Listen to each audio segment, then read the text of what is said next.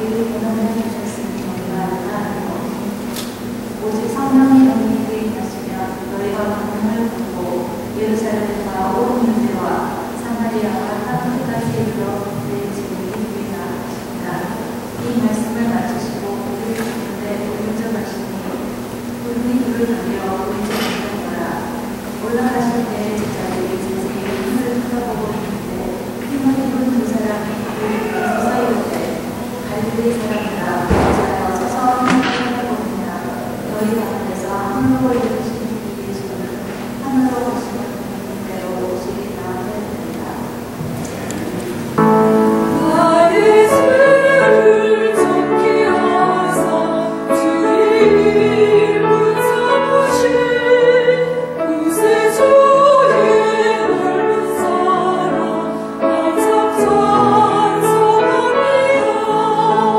나를 일꾼 삼으신 주 크신 능력 주시고 언제든지 주는 대로 사용하여 주소서. 내게 부어주시려고 은혜에 임하신 주 주의 은혜 채워주사 능력이 있게 하소서. 나를 일꾼 삼으신 주 크신 능력 주시고 언제든지 주는 대로 사용하여 주소서.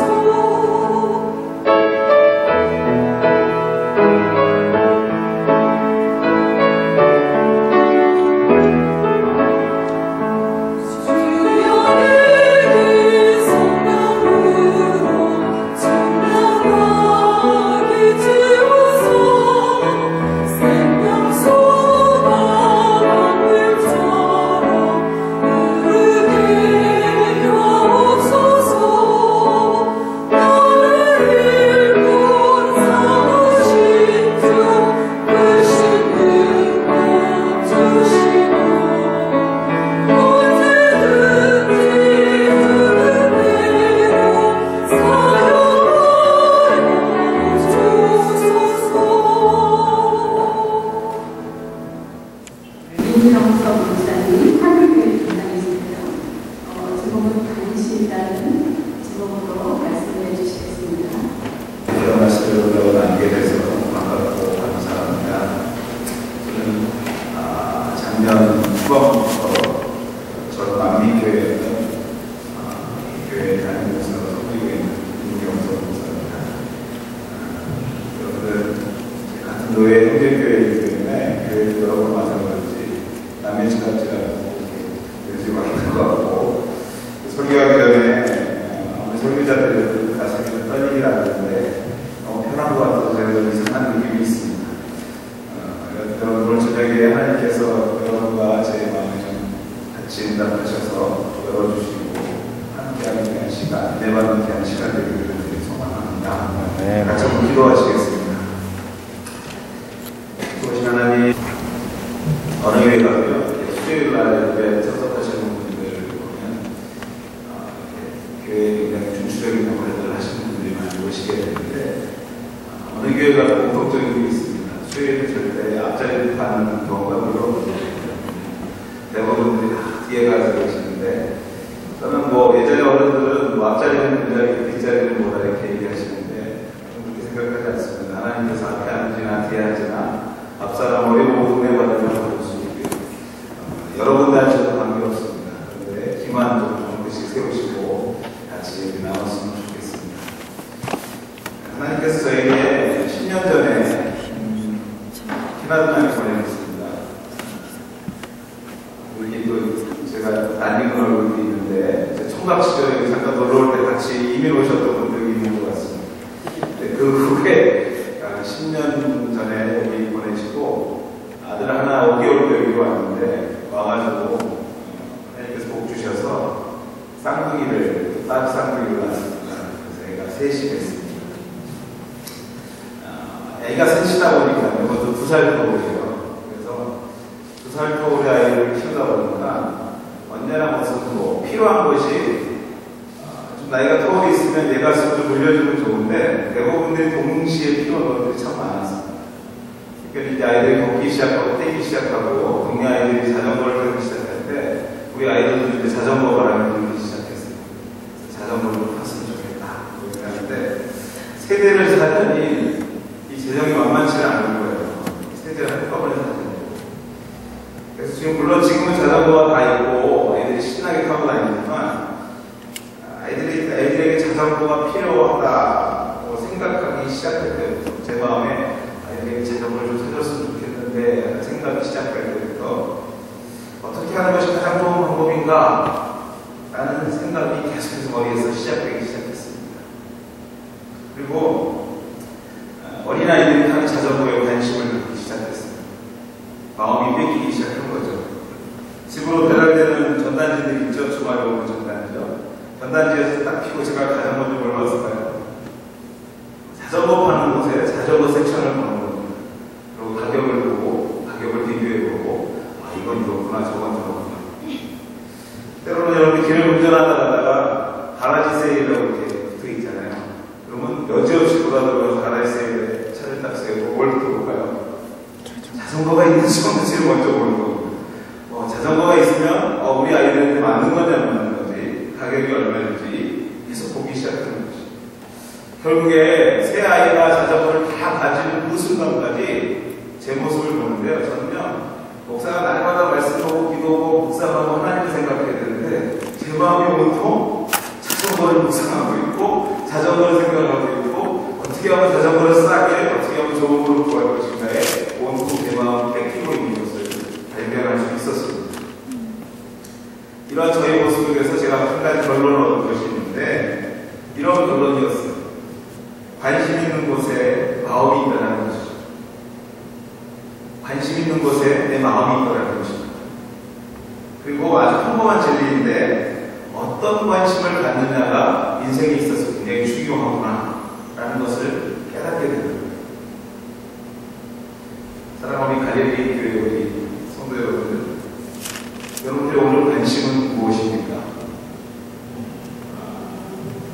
이제 막 사랑을 시작한 청년들에게 관심이 뭐냐고 딱 물어보면 뭐라고 볼까요?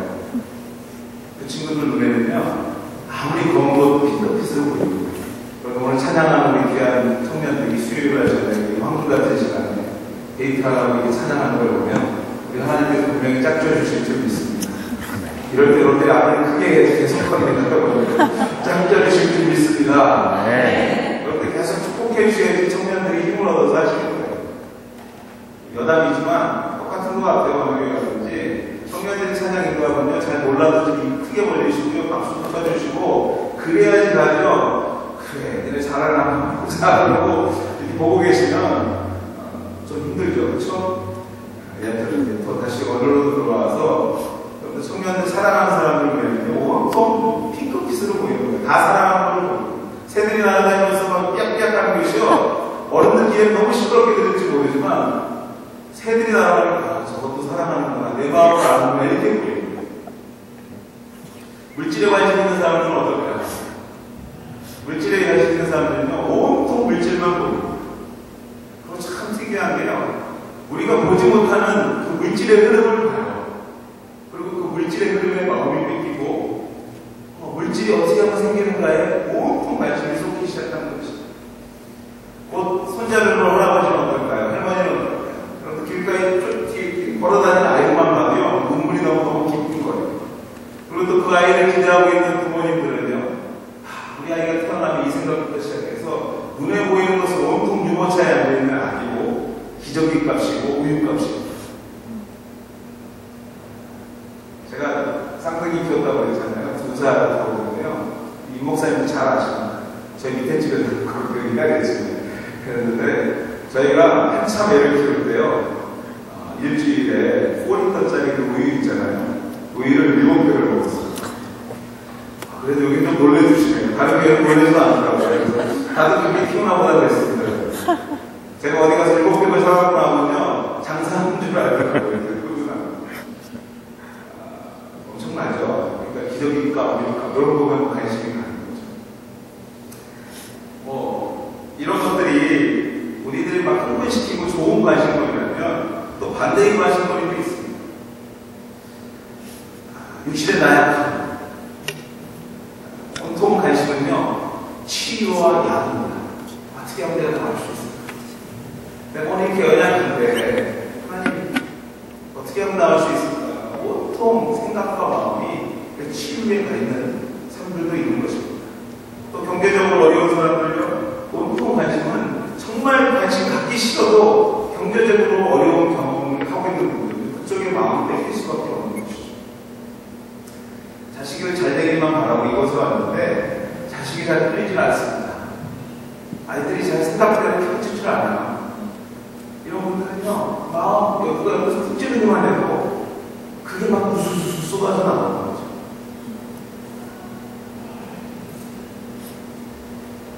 여러분들에게 다시 한번 보고 싶습니다. 오늘 여러분들의 관심은 무엇입니까? 무엇이 지금 이 순간 우리가 하나님을 예배하는데도 여러분의 생각과 마음을 도와주지 않고 계십니까? 몸은 여기 와 있는데, 오늘 내가 예배한다고 하나님 앞에 나와 있는데, 여전히 내 마음과 생각은요, 뭔가 따돌고 그곳에 집중하고 있지 않나. 우리의 관심은 무엇이겠다는 것이죠. 그러나 여러분들, 위에서 제가 결부했듯이 이와 같은 내용들은요, 일반 사람들이 평범한 삶을 살아가면서 경험하게 되면 그냥 일반적인 모습이라고 해도 틀리지 않는 모습일 것입니다. 그래서 그런지 오늘 우리가 본문을 읽었는데 본문 속에 예수님의 제자들 또한도 그런 관심에 마음을 뺏기고 있는 것을 보게 됩니다. 오늘 말씀 속에서 만나고 있는 예수님의 제자들 또한 오늘 우리가 경험하고 있는 온통 우리의 마음을 빼앗아 오직 그 물질, 자녀, 병마에 관심을 쏟게 하고 그것만 묵상하게 하는 경험을 하고 있는 것을 우리가 발견할 수 있어야 이 본문을 제대로 보고 있는 것입니다. 그럼 한번 생각해 보십시오. 30세의 공생애를 시작하셔서 제자들을 열둘을 세우고 3년 만에 십자가로 목에 돌아가신 후에 예언하신 대로 사흘 만에 부활하셨다가 40일을 제자들과 함께 이웃들과 함께 마지막 부활하신 40일을 생활하시다가 오늘 사도행전 1장에 드디어 하나님께서 예수님께서 이 땅을 떠나 하나님 곁으로 승천하시는 장면을 그리고 있는 장이 오늘 우리가 읽는 본문 말씀입니다.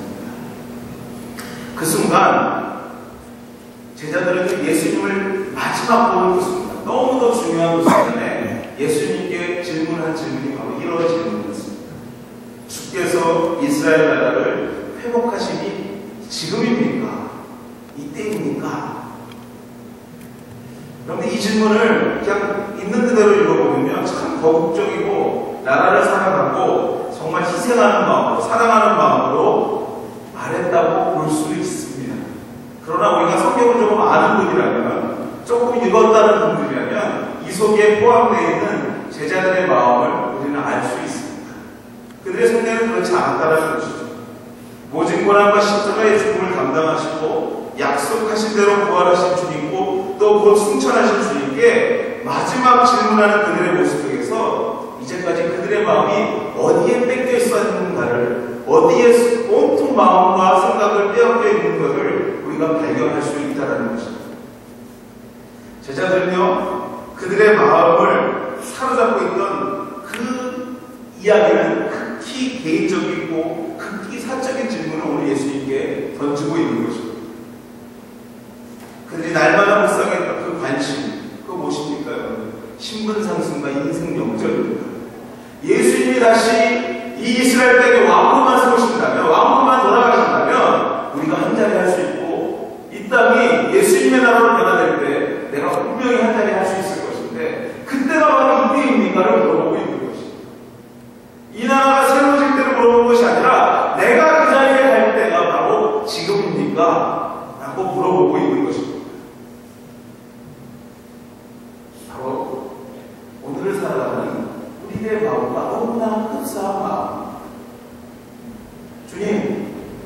우리 가정을 회복하실 때가 이때입니까? 주님, 우리 자녀들이 이 땅에서 성공할 날이 바로 오늘입니까? 주님, 우리 갈릴리 교회가 이전보다 더 부흥하고 발전할 날이 바로 오늘입니까? 주님, 이 피말리는 이민의 삶 속에서 성공하고 승리하는 날이 바로 오늘입니까? 제자들은요, 주님과 함께 있었지만 하나님의 독생자요 부활하신 예수님, 곧 승천하신 예수님과 함께 있었지만 그들은 그 주님께 관심을 갖고 있지 않았습니다. 그 관심을 갖고 있는 것이 아니라, 그 주님을 묵상하는 것이 아니라 자신의 형편에 매여서 자신의 관심으로 오늘 마지막 그 중요한 순간에 예수님께 질문하고 있는 것입니다.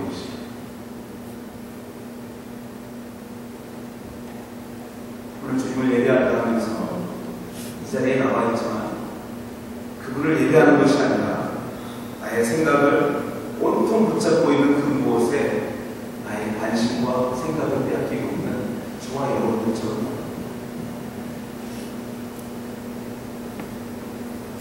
왜냐하면 왜 이러한 현상이 일어나냐면요, 제자들에게 있어서 물론 부활하신, 그것도 승천하실 주님도 중요하지만 그것보다도 그 주님이 오늘 내가 경험하고 있는 문제, 내가 가지고 있는 관심을 언제 어떻게 해결해 주실 것인가에 대해서 더 관심을 가졌기 때문에, 소위 말해서 여러분들 우리나라 속담에 제밥에도 관심이 많기 때문에 오늘 주님이 별로 중요하지 않다는 것입니다. 이러한 제자들에게 부활하시고 승천하신 주님이 진정으로 이 땅을 살아가는 제자들에게, 성도들이 관심을 가져야 될 것이 무엇인가를 마지막으로 가리키는 내용이 바로 오늘 우리가 읽은 본문 말씀입니다. 오늘 말씀을 좀 나누면서 우리의 마음이 이제는 주님을 향하고 주님이 원하시는 관심으로 돌아서게 되는 저와 여러분과 우리 갈릴리 교회 모든 성도들 되시기를 간절히 소망합니다. 주님께서 원하시는 관심의 초점은요, 내 문제가 아니라 확신에 대한 관심을 좀 갖기를 원하셨습니다. 확신에 대한 관심. 자신의 문제에 온통 관심을 빼앗겨본 제자들에게 주님은 오늘 이렇게 대답하십니다. 이때입니까? 라고 물어보는 제자에게 오늘 주님이 이렇게 대답하십니다. 때와 기한은 아버지께서 자기의 권한에 두셨다. 때와 시기는 아버지께서 자기의 권한에 두셨다. 그런데 이 이야기는요, 되게 좀 무책임한 얘기일 수 있습니다. 주님 이때입니까? 물어보니까요, 주님이 뭐라고 하십니까? 그건 니네 알 거 아니야? 이렇게 얘기하는 거예요. 그거에 너무 관심 갖지 마, 이런 얘기입니다. 근데 여러분, 이 말씀을 좀 더 깊이 생각해보면 이런 겁니다. 니네 생각을 좀 바꿨으면 좋겠다, 이거. 관심의 초점을 좀 바꾸라는 말씀입니다. 언제 그것을 들어주시겠는가에 관심을 정성을 쏟는 것이 아니라, 사랑하는 제자들이 때와 기한은 전능하신 하나님 주권 안에 있다는 것을 믿기를 원하시는 것입니다. 아니, 그것에 관심을 갖기를 원하시는 것입니다. 그 말씀에 온통 마음을 빼앗겨 날마다 그것을 묵상하기를 원하시는 것입니다. 즉 여러분, 우리가 때와 기한을 알 수 없으나, 아니 그것은 하나님의 몫이지만 한 가지 확실한 것이 있는데, 전능하신 하나님이 사랑하는 그의 백성들이 경험하고 있는 관심의 문제 너무나 정확하게 알고 계시고, 우리의 얼굴을 너무나 정확하게 알고 계시고, 우리의 머리털 하나까지도 세고 계시는 그 주님께서 내가 오늘 처해 있는 그 어려움과 고통을 너무나 정확하게 알고 계신다는 것을 믿고, 그때 주님께서 회복하실 때가 분명히 있다는 사실, 그것에도 관심을 가지라는 것입니다. 오늘입니까 내일입니까가 아니라, 오늘 내가 경험하는 것이 고통으로 끝나는 것이 아니라 내일 분명히 주님께서 정하실 때 하나님의 놀라우신 예로 변화시켜 주실 것이라는 사실을 믿기를 원하시는 하는 주님의 말씀인 것입니다. 믿습니까, 여러분들? 오늘 내가 경험하고 있는 게 너무 힘들고 지쳐서 주님 오늘입니까, 오늘입니까? 이걸 물어보는 것이 아니라 한 차원 높은 신앙생활을 얘기하는 거예요. 오늘 내가 경험하고 있는 것을 넘어질 것이 아니라 내일, 아니 그 하나님이 정하신 때에 하나님께서 절대로 나를 내버려 두시지 않는다는 것이죠. 나를 붙잡아 주실 것이라는 것이죠. 나를 회복시켜 주실 것이라는 것이죠. 나의 병만을 깨끗이 치유시켜 주시고 이전보다도 더 능력 있는 몸으로 변화시켜 주실 것이라는 사실을 믿는 믿음을 얘기하는 것입니다. 그것에 마음을 뺏기라는 것입니다.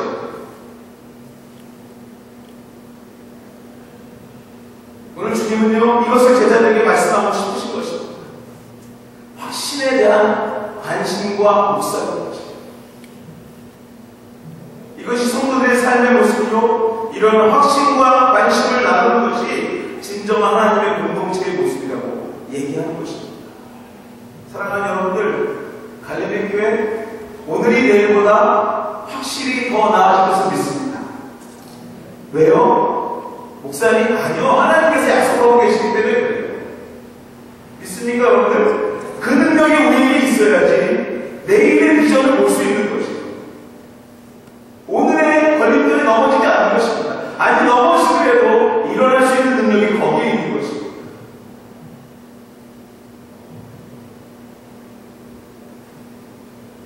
한 청년이요, 벼랑 끝에 섰습니다. 너무 괴로워서, 사는 게 너무 힘들어서 스스로 목숨을 끊기로 결심했습니다.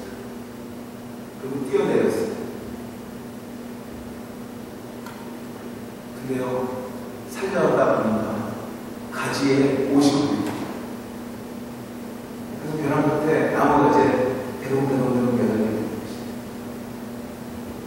것입니다. 매달려 있다 보니까 죽는 것보다 사는 게 낫다는 생각으로 변화되기 시작하는 것입니다. 그래서 그 나무가지를 손으로 옮겨 잡았습니다. 자꾸 소리 지르기 시작했습니다. 거기 지나가는 사람 누구 없습니까? 거기 지나가는 사람 누구 없습니까? 하고 소리 지르기 시작했어요. 한 10여 번 소리 지르는데요, 멀리서 소리가 들려오기 시작합니다. 무슨 소리가 들리냐면 이런 소리입니다. 그래, 손을 놔. 손을 놔. 예, 뭐라고요? 손을 놓으니까. 죽으려고 작정했던 사람이요, 이렇게 지릅니다. 혹시 누구시죠? 혹시 누구시죠? 내가 아는 사람인가요? 아니, 그냥 손을 놓으니까. 아니요, 누구신지 알아야지 내가 손을 놓죠. 그랬더니 여러분들, 거기서 또 답이 옵니다. 그래, 네가 믿는 주님이야. 네가 믿는 주님이야. 주님, 어디 계시죠? 손을 놓으니까 내가 붙들어줄 테니까 손을 놔. 아니, 그런데 주님, 제가 좀 봐야지 정확히 떨어질 거 아닙니까? 주님이 화가 났습니다. 야, 너 몇 년 믿었어? 오래 믿었다며? 손을 놓으니까? 그래도 주님, 조금만이라도 좀 보여주세요. 그럼 제가 정확히 뛰어내릴게요. 주님께서 뻔한 얘기예요. 그냥 손을 놔. 내가 한번 봐줄게. 그리고 침묵이 한 1, 2분 흐르면요, 이 청년이 다시 외치기 시작합니다. 거기 다른 사람 누구 없습니까? 거기 지나가는 다른 사람 누구 없습니까?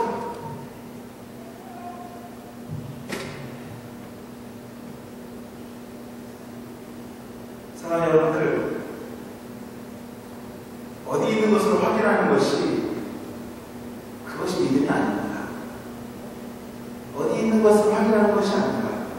언제쯤에 나의 아픔을 회복시킬 것인가에 관심을 갖는 것이 아니라, 확신을 가지고 믿음으로 손을 놓을 때 그것이 바로 믿음이라고 얘기하는 것이에요. 이 땅을 창조하시고 나를 조성하시고 오늘 우리의 가정의 주인이라고 우리가 날마다 거듭해서 우리가 신앙 고백하고 있는 그 주님 앞에 나에 있는 그 모습 그대로, 내 부족한 모습 그대로 손을 놓고 주님 앞에 뛰어내리는 것이 바로 믿음입니다. 그것이 오늘 주님께서 우리에게 요구하고 계시는 관심인 것입니다. 사랑하는 여러분,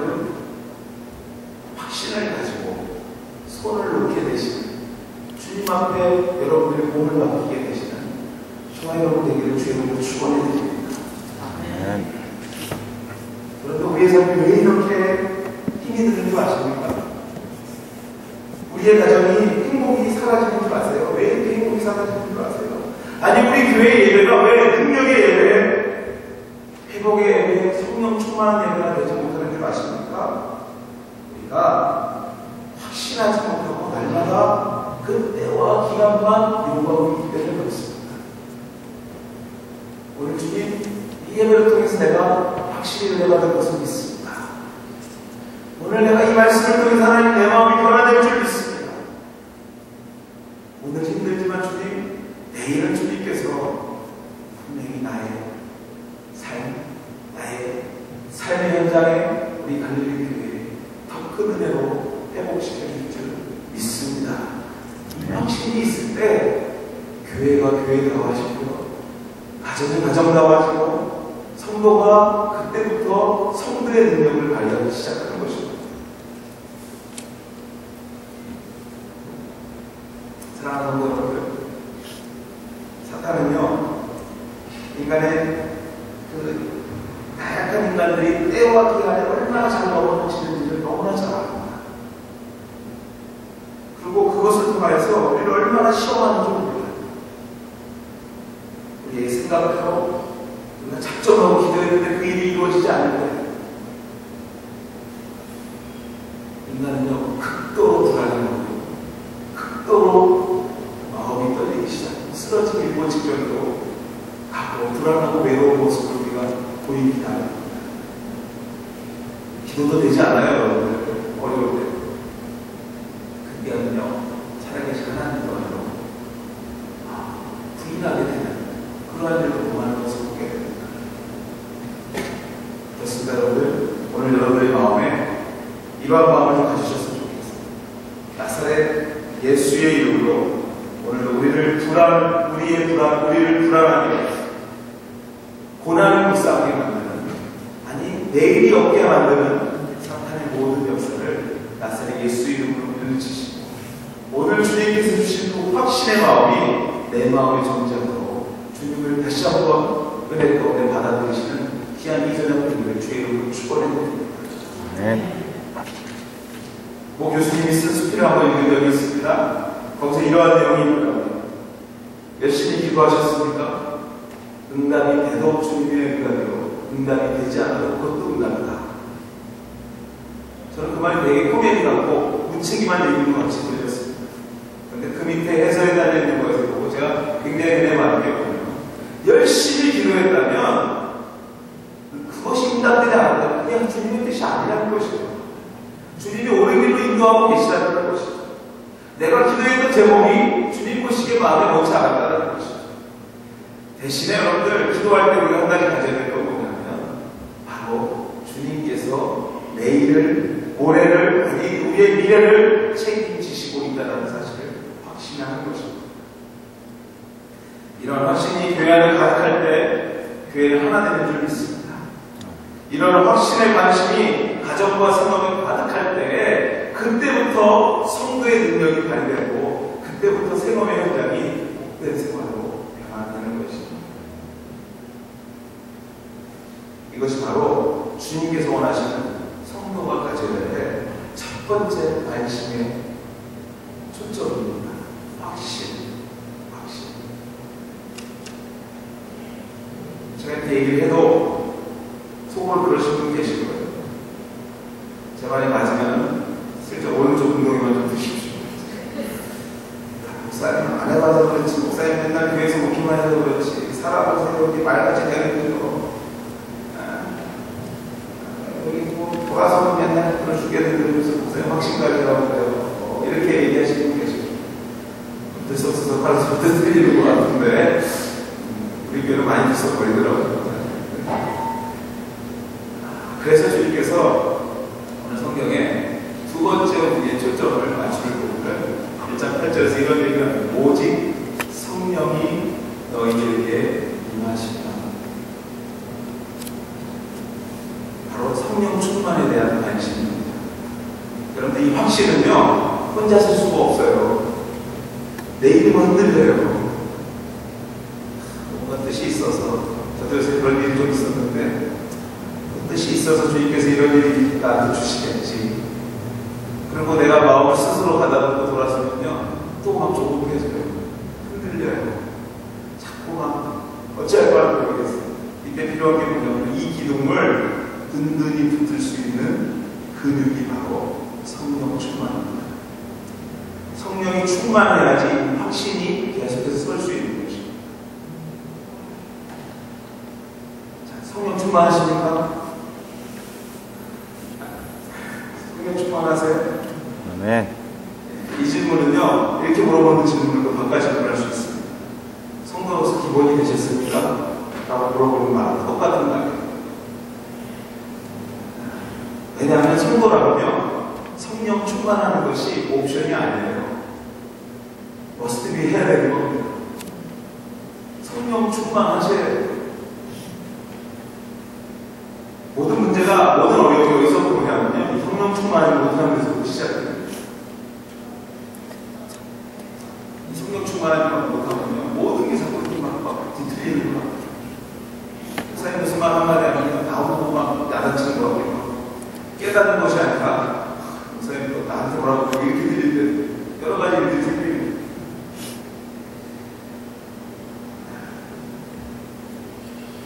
우리의 삶에 왜 확신이 없고 날마다 걱정과 근심만 묵상하고 있습니까? 이것은요, 바로 성령 충만하지 않기 때문에 그렇습니다. 확신이 흔들리는. 오늘 이 시간 우리 하나님께서 허락하시는 성령 충만이 우리 온 교우와 저와 이 갈릴리 교회에 충만하시길 주의 축원해 드립니다.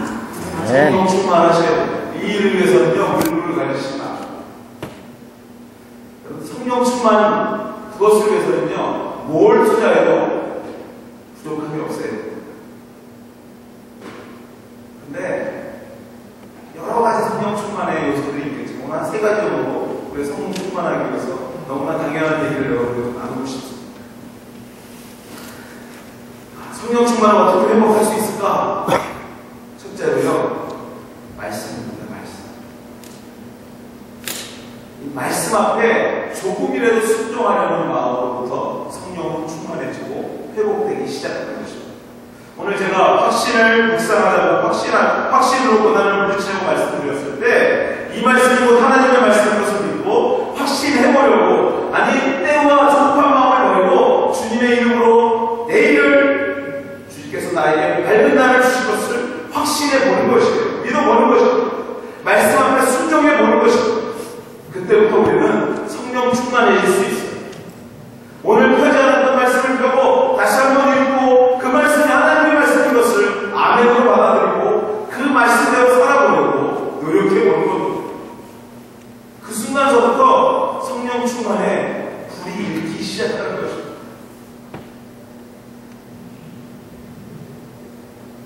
우리 갈릴리 교회가 돌아오는 주일, 아니 이 시간 이후부터 말씀이 선포되는 즉시 움직임으로, 행동으로 그 말씀이 변화되는 하나님의 놀라우신 성령 충만이 일어나기를 주의 이름으로 축원해 드립니다. 아멘. 말씀 앞에 한번 몸으로 움직여 보십시오. 아니 말씀 앞에 순종해 보시기 시작할 때, 한 걸음 뛰기 시작할 때, 그때부터 여러분의 삶은 충만한 삶으로 변화됩니다.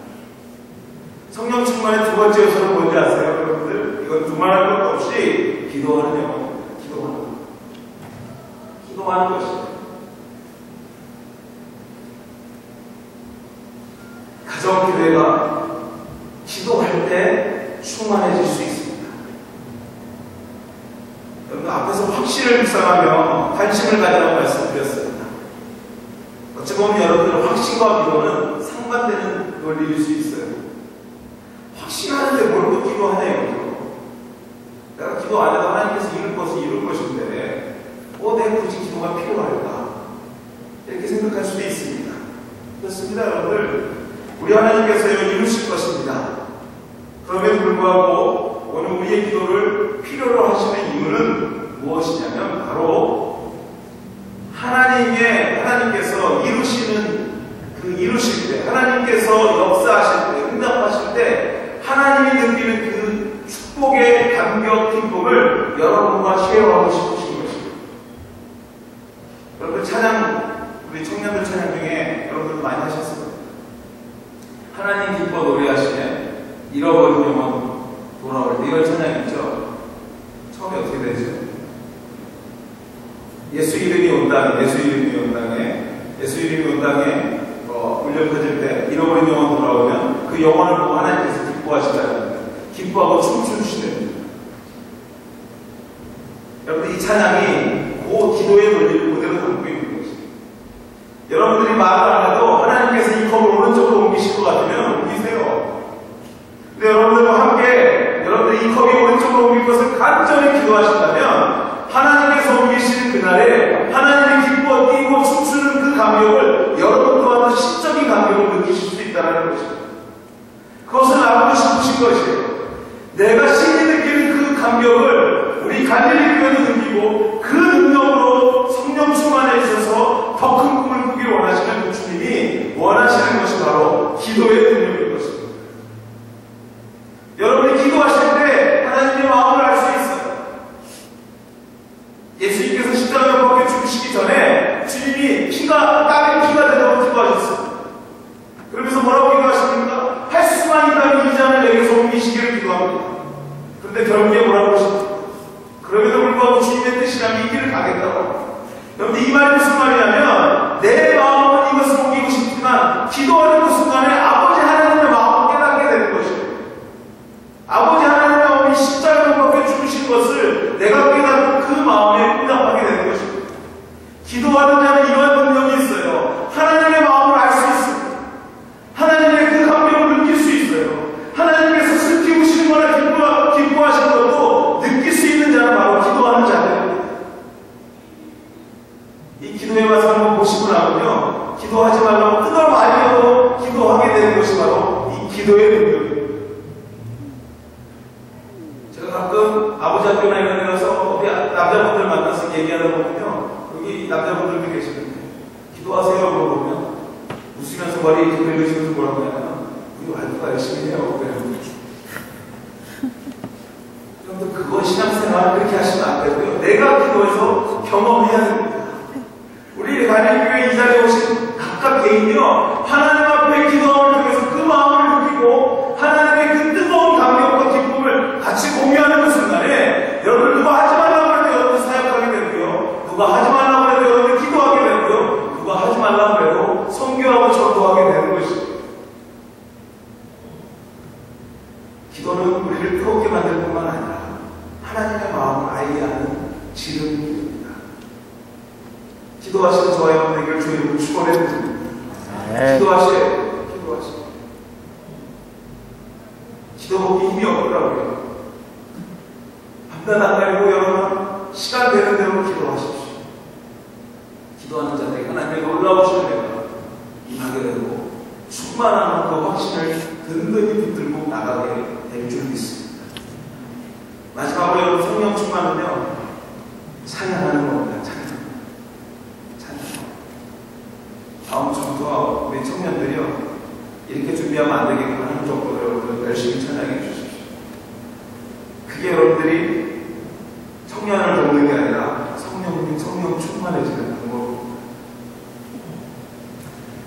제가 몇 년 전에 사실 목회하면서 굉장히 마음이 힘든 적이 있었습니다. 제가 하늘교회 오기 전에 한인장로교회에서 제가 부목사하고 있었습니다. 제가 있는 동안에 제가 한인장로교회를 학생부 사역자로 시작했거든요. 임시 당회장까지 해갖고 해볼 거 다 해보고 났습니다. 한 8년 있었는데 마지막 몇 년 목사님 이제 새로 오시고 이런 과정에서 굉장히 마음이 힘들고 여러 가지 어려운 일을 경험하면서 어느 순간 저를 돌아보는데요, 제 주변에 찬양이 없더라고요. 바짝 말라있는 것 같아요. 여기 어르신들 많은데 논바닥이 갈라지는 거죠. 감옥도. 마음이 그런 것 같아요. 어느 날 차를 타고 가는데 제가 갑자기 내가 너무나 메말라 있다는 생각에 찬양을 좀 들어야 되겠다고 막 대치고등학교 서랍도 열어보고 막 이러는데요, 테이프 하나가 없더라고요. 테이프 하나. 제가 그거 보면서 바로 메마르는 원인이구나. 원인인 걸 깨달았어요. 그리고 주정주정 그 다음에 찾아갔고요. 집에 가서 CD랑 이렇게 여러 가지 만들어가지고 딱 차에다 틀고 교회 출근하면서 듣고 하는데요. 어느 순간에 제가 운전대를 잡고 저도 모르게 펑펑 울게 되더라고요. 하나님 뜻이 있어서 저에게 이런 일들도 주시게 되는데, 그런데 하나님 내 마음이 너무 말라있고 내 마음이 너무 힘든데 하나님의 찬양의 생수로 갈라져 있는 것을 내어주는 그 바짝 말라있는 마음에 성령의 단계가 내려지는 그러한 감격을 느끼게 됩니다. 사랑하는 여러분들, 성도는 찬양해야지 충만해질 수 있습니다. 여러분들이 지금 메말라 있고 힘들어 있으면 한번 주변을 돌아보십시오. 분명한 거 한 가지는 여러분의 삶 속에 하나님의 찬양이 사라져 있을 것입니다. 다시 한번 회복하십시오. 회복하시고 충만한 은혜로 여러분의 확신을 든든히 세워가십시오. 말씀 앞에 응답하는 자, 기도하는 자, 찬양하는 자, 하나님께서 충만한 은혜 주시는 줄 믿습니다. 그 충만히 여러분의 확신을 붙들고 갈 때 이제는 더 이상 우리를 흔들어 놓을 어떤 것도 없게 되는 것입니다.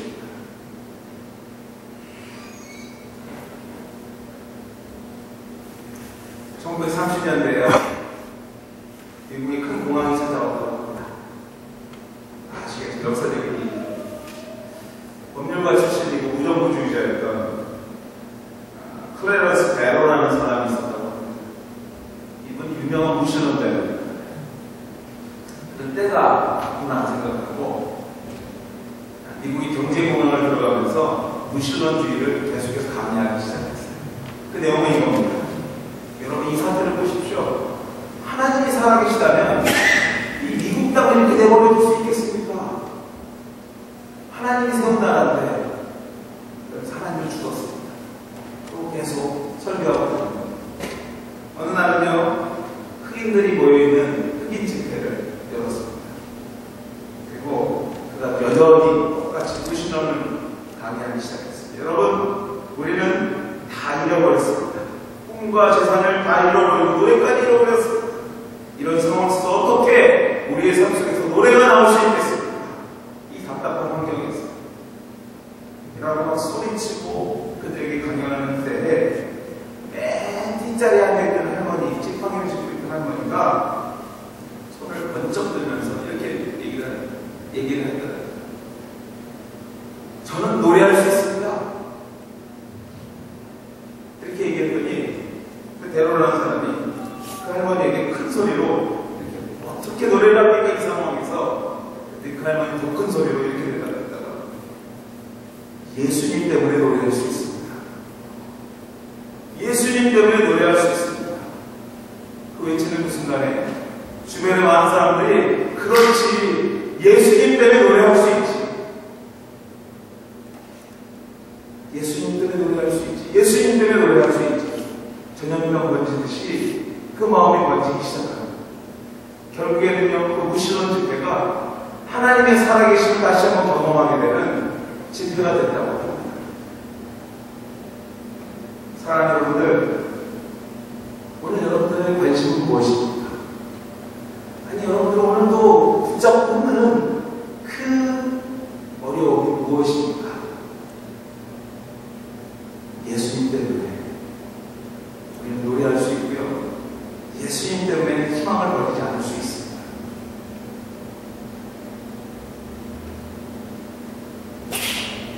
은혜 가운데 우리 갈릴리 교회가 예수님 때문에 승리하게 되십니다.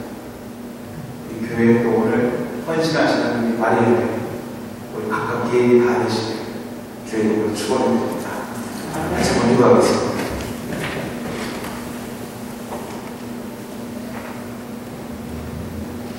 좋으신 하나님,